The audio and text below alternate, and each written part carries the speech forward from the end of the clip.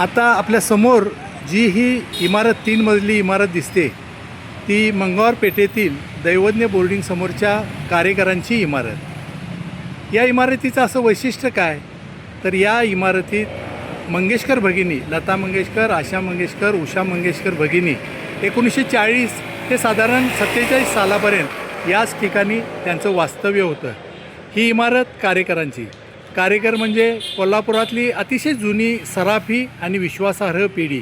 या पिढीतल्या आता या पिढीतले जे तिसऱ्या पिढीत आहेत त्या तिसऱ्या पिढीतीलच कारेकर बंधू त्यांना या कुटुंब म्हणजे मंगेशकर कुटुंब आपल्या घरात राहिले याचा अभिमान आणि आनंद तर आहेच, पण आशाताईंच्या निधनाचं दुःखही त्यांच्या या प्रतिक्रियेला आहे.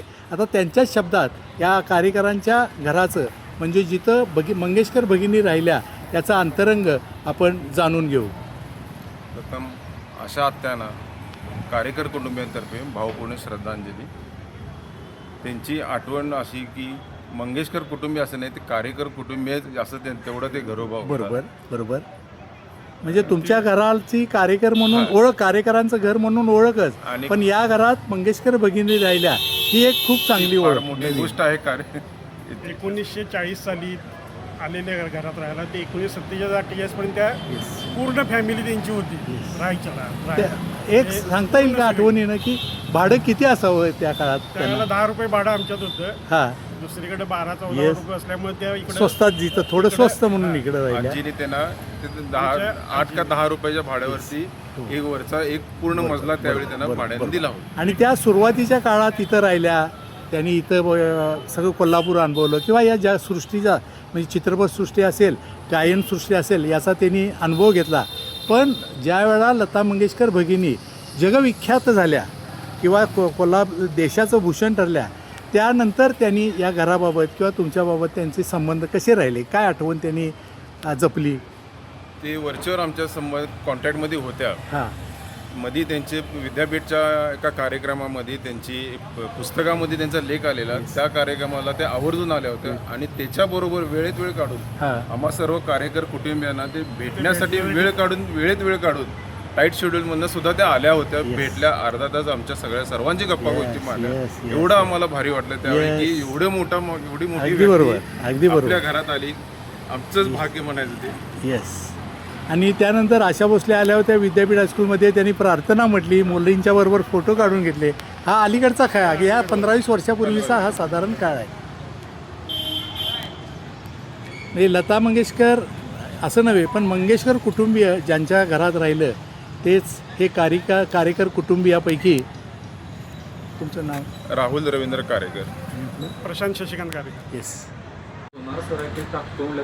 मंगेशकर परिवारात कोल्हापुरातील मंगळवार पेठेतील ज्या कारेकरांच्या निवासस्थानी राहिला होत्या त्या निवासस्थानाचा हा त्यावेळी जशाचा तसा हा भाग.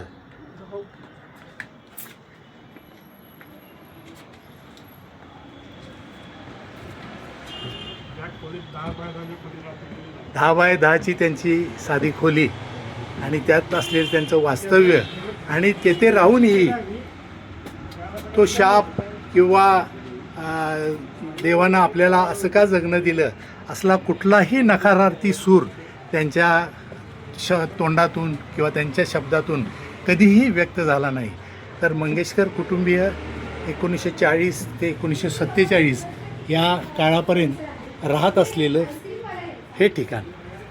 मंगळवार पेठेतील कारेकर यांच्या घरात या 10 बाय 10च्या खोलीत मंगेशकर परिवार 1940 ते साधारण 46-47 काळापर्यंत राहत होता. ज्या खोलीत त्यांचे 6-7 वर्ष वास्तव्य होते तीच ही खोली. मंगेशकर म्हणजे सुरांची देणगी लाभलेलं एक खूप असं मोठं व्यक्तिमत्व आणि असा मोठा परिवार.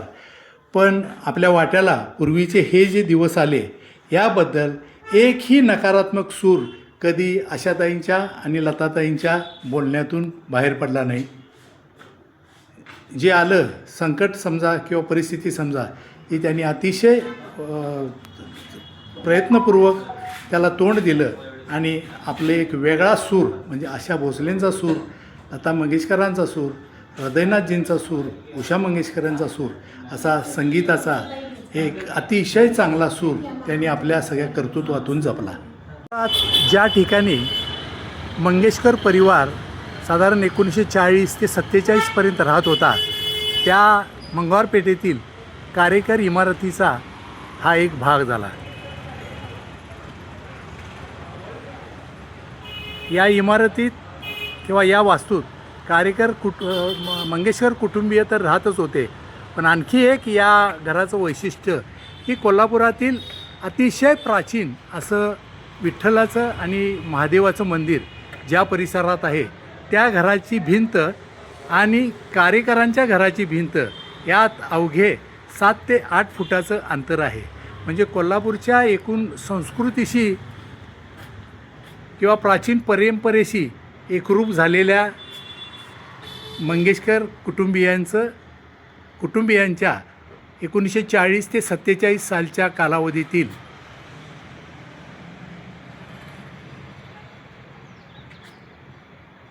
राहण्याचे हे ठिकाण.